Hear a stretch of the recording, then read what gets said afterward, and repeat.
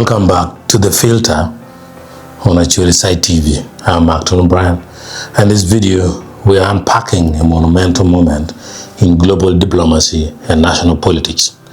The official nomination and endorsement of Ambassador Dr. Olara Otunnu for the position of United Nations Secretary General. For weeks, political corridors, social media feeds, international observers have been fixed on the unfolding race to lead the United Nations. As the UN Security Council prepares to gauge sentiment through straw polls, Uganda has stepped forward to back one of its most distinguished hands. President Yoweri Museveni's nomination of Dr. Otunnu has sent ripples across the political spectrum, sparking deep reflections on history, regional balance, and the true meaning of reconciliation. To fully grasp the weight of this moment, we have to look back. As Norbert noted on his official channels, 30 years ago, Ambassador Olara Otunnu had a clean shot at the very top job at the United Nations, but local and national politics got in the way. Decades later, the narrative has shifted dramatically. Figures across the political divide are rallying behind him. Lillian and Aber publicly expressed appreciation for President Museveni's nomination, emphasizing Dr. Otunnu's stellar, distinguished record in diplomacy, conflict resolution, and the staunch defense of human rights. She noted that these exact credentials make him an ideal candidate to lead a more effective, people-centered United Nations.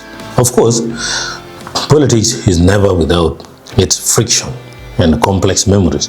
Commentators like Mark David brought a localized lens to the discourse, invoking the Luo proverb, Olama Mlim Pechek Kirio, reminding us of past political turns and missed windows in the 1990s and early 2000s. Yet the hover sentiment driving this current wave is encapsulated in Norbert Mao's citation of Psalms 133:1, behold how good and how pleasant it is for brethren to dwell together in unity. This endorsement is being framed not just as a diplomatic bid, but as a profound gesture of national reconciliation. Globally, the road ahead is not without obstacles. Analysts like Geoffrey Weno Osanyo have pointed out structural hurdles every candidate faces this cycle, including the challenge of a late entry and the persistent expectation of geographical rotation, with current momentum heavily discussed around Latin American and Caribbean contenders.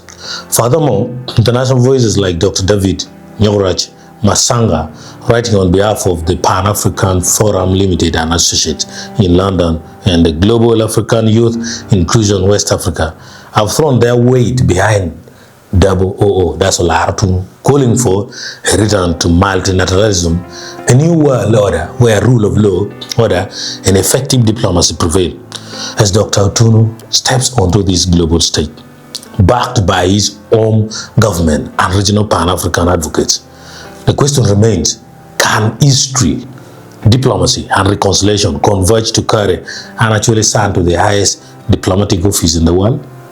Stay tuned to Acholi Side TV as we continue to filter the facts, the history, and the future of this historic bid.